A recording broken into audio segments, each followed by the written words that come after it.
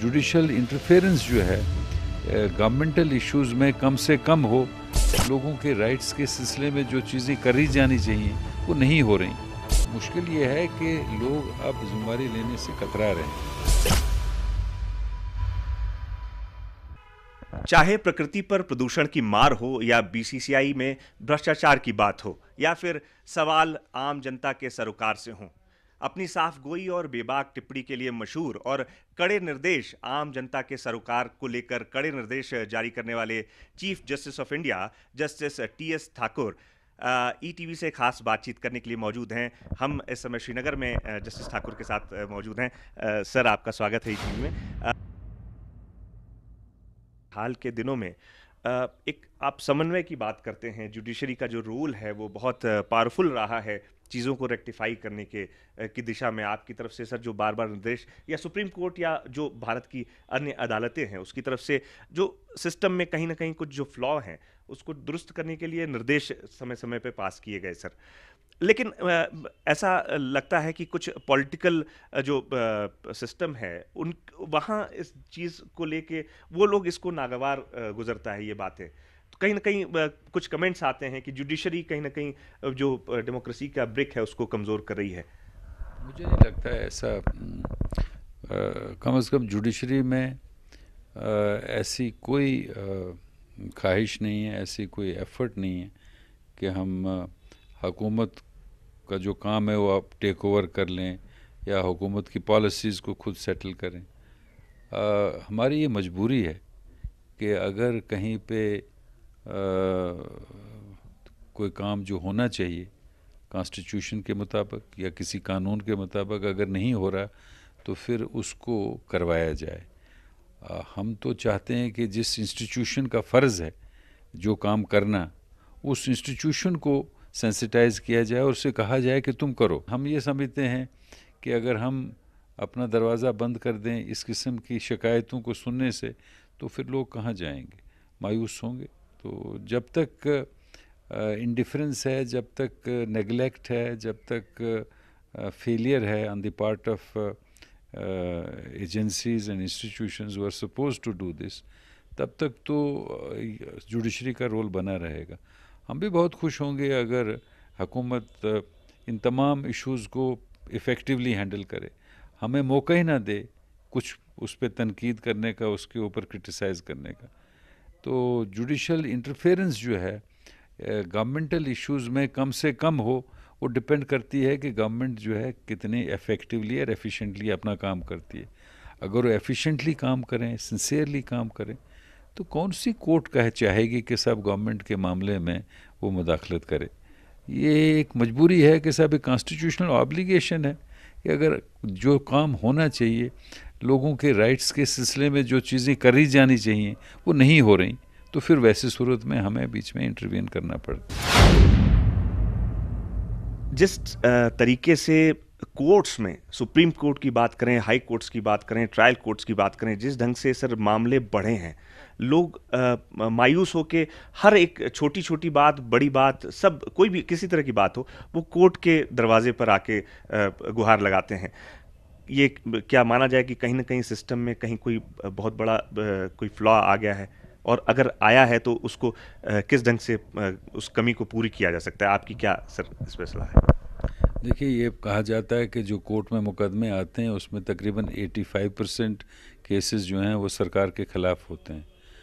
तो एक ideal situation तो ये होगी जब कि सिस्टम के अंदर कोई ऐसा मैकेनिज़्म हो जिसमें जिसको जितना मिलना चाहिए, जो हक बनता है, उसको दिया जाए बगैर उसको कोर्ट में जाने के मजबूर किए। प्रॉब्लम दरअसल ये है कि जब भी सरकार किसी को रिलीफ देगी उसमें एक ज़िम्मेवारी लेनी पड़ती है। एक ऑफिसर जो कोई रिलीफ देता है उसको एक ज़िम्मेवारी लेनी पड़ती है एक किस्म की कि साहब मैंने ये इसको ये रिलीफ दिया क्योंकि इसका बनता है। मुश्किल ये है कि लोग अब ज़िम्मेवारी लेने से कतरा रहे हैं। People are not ready to take responsibility. तो उसके लिए मैकेनिज़्म बनाए जा सकते हैं। आप ऑफिसर्स को इस काम में सपोर्ट कर सकते हो, वो मैकेनिज़्म सेटअप किया जा सकता है, जो जहाँ जो चीज़ जिसको मिलनी चाहिए वो उसको देखा जाए और वो उसके मुताबिक उसको दे दे, ताकि कोर्ट का बर्डन कम हो। लेकिन हम चाहते हैं कि साहब कोर्ट में जो रिलीफ देने की जो प्रोसेस है वो थोड़ी स्पीड अप हो जाए, और वो उसके लिए ज़रूरी है कि लार्ज नंबर ऑफ़ कोर्ट्स हों, जो जजों की तादाद बढ़े, इंफ्रास्ट्रक्चर बढ़े। मैंने इसके बारे में पहले भी कहा है, प्राइम मिनिस्टर साहब से भी बात हुई है, और दूसरे मौक़ों पे भी मैंने इस बात का ज़िक्र किया है कि हमारी जो जजेस की तादाद है वो कम है, और उसको बढ़ाना जो है बिल्कुल लाजमी है। क्योंकि अगर आपने वो नहीं किया तो आज की डेट में आपके पास 3 करोड़ केस हैं, तो अगले 25 साल में जिस रफ्तार से केसेस आ रहे हैं वो 3 करोड़ की जगह 5 करोड़ हो जाएंगे। तो फिर तो सर से पानी ऊपर चला जाएगा, और जितना ज़्यादा ये बढ़ेगा, ये प्रॉब्लम बढ़ेगी, उतना ही मुश्किल होंगी इसको हल करने की।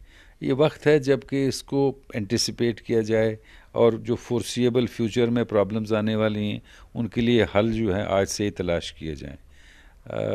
मैं तैयार कर रहा हूँ एक रिपोर्ट, जो मैं गवर्नमेंट को भेजूँगा, प्राइम मिनिस्टर साहब को भेजूँगा, ताकि उसके ऊपर वो देख सकें, और जो हमारी रिक्वायरमेंट है उसका एक जो बड़ा रीज़नेबल जो पेयर मिनिमम है वो उसको कंसिडर करके उसके लिए एक कोई प्रोग्राम या एक स्कीम जो है फर्दर क्रिएशन की वो रोल आउट करें। मैं नहीं समझता कि वो बैक वक्त एक ऑल ऑफ ए सडन कोई 20,000 जजेस की अपॉइंटमेंट के लिए एग्री करें।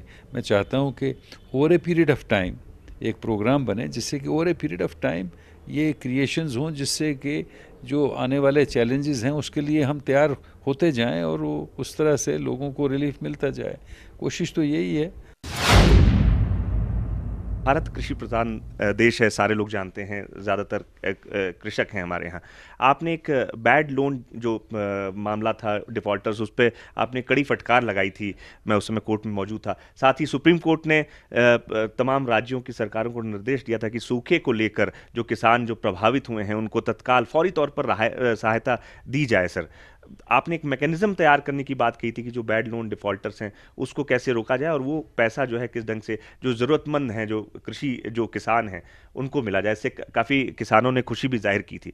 आपको क्या लगता है कि किस ढंग से इसको एक कोई ऐसा सिस्टम बनाया जाए जो कि किसान जो इस समय पीड़ित है उसको राहत मिल सके? सर, देखिए, बैड लोन्स का जो इशू है वो सब जुडिस है, उस पर मैं इस स्टेज के ऊपर कुछ नहीं कहना चाहूँगा। वो मैटर कोर्ट में पेंडिंग है, उसमें बहस चल रही है, और उसमें अलग अलग से डायमेंशंस हैं जिनको जुडिशली एक्सप्लोर करेंगे, उसमें देखेंगे। आई एम श्योर गवर्नमेंट जो है इस इशू से पूरी तरह वाकिफ़ है, और जहाँ जहाँ कुछ रेमेडियल मेजर्स की ज़रूरत है वहाँ लेने चाहिए, क्योंकि कई जगहों पे ड्राउट भी है, कई जगहों पे परेशानियाँ हैं। तो एक रियलिस्टिक और एक बड़ा प्रैक्टिकल सा सॉल्यूशन निकालना जो है वो बड़ा लाजमी है, क्योंकि ये वो लोग हैं जो निचले तबके के लोग हैं, जो गरीब लोग हैं, इकोनॉमिकली पुअर सेक्शंस हैं, और वहाँ कई दफ़ा बदकिस्मती से वो मजबूर हो जाते हैं कोई एक्सट्रीम स्टेप्स लेने के लिए भी। तो मुझे उम्मीद है कि गवर्नमेंट इसमें देखेगी। मैं इस स्टेज के ऊपर, क्योंकि I am not fully familiar with the extent of problem कि किस हद तक इसका फैलाव है और इसमें क्या क्या डायमेंशंस हैं, लेकिन मुझे ये इतना यकीन है कि इसको मीडिया ने रेज़ किया है, बार बार इनके मतलब खबरें छपती रही हैं, और सरकार में भी आई एम श्योर कि लोग जो हैं इसके ऊपर पूरे तरीके से वाकिफ़ हैं, और लगता है कि कुछ ना कुछ इसमें हल निकलेगा। As between the problems of the agriculturists, the farmers on the one hand, and the non-performing assets running into crores, lakhs of crores on the other, ये एक बैलेंसिंग का एक रिक्वायरमेंट तो है, और मुझे लगता है कि होना चाहिए, हुकूमत देखेगी इसको। तो ये थे lordship chief justice of India justice T S Thakur, जो कि बता रहे थे कि किस तरह से जो अदर एजेंसीज़ हैं, जो हुकूमत है, जो डेमोक्रेसी के अदर पिलर्स हैं, उनको भी अपनी ज़िम्मेदारी समझनी होगी। तभी एक समग्र रूप से एक कलेक्टिव एफर्ट के साथ हम एक बेहतर भारत की शायद कल्पना कर सकें। और जिस ढंग से कोर्ट बार-बार इंटरफियर कर रहा है, लोगों को राहत पहुंचा रहा है, लॉर्डशिप का कहना है कि अगर बाकी एजेंसीज़ हैं, वो भी अपने काम को बेहतर ढंग से कर पाएँ, तो शायद एक जो विकास की बात होती है और एक जो आगे बढ़ने की बात होती है, हम भारत को एक ऊंचे स्थान पर एक आगे की दिशा में आगे ले जा पाएं। थैंक यू लॉर्डशिप, आपका बहुत बहुत धन्यवाद। आपने ईटीवी से खास बातचीत की, इसके लिए आपका हम ईटीवी के पूरे परिवार की तरफ से और हमारा जो 20 करोड़ व्यूअर्स है ईटीवी का, उसकी तरफ से आपको धन्यवाद देते हैं। श्रीनगर से कैमरामैन शब्बीर कुमार के साथ मैं अनुराग, ईटीवी न्यूज़। जुडिशल इंटरफेरेंस जो है गवर्नमेंटल इश्यूज़ में कम से कम हो, लोगों के राइट्स के सिलसिले में जो चीज़ें करी जानी चाहिए वो नहीं हो रही। मुश्किल ये है कि लोग अब जिम्मेदारी लेने से कतरा रहे हैं।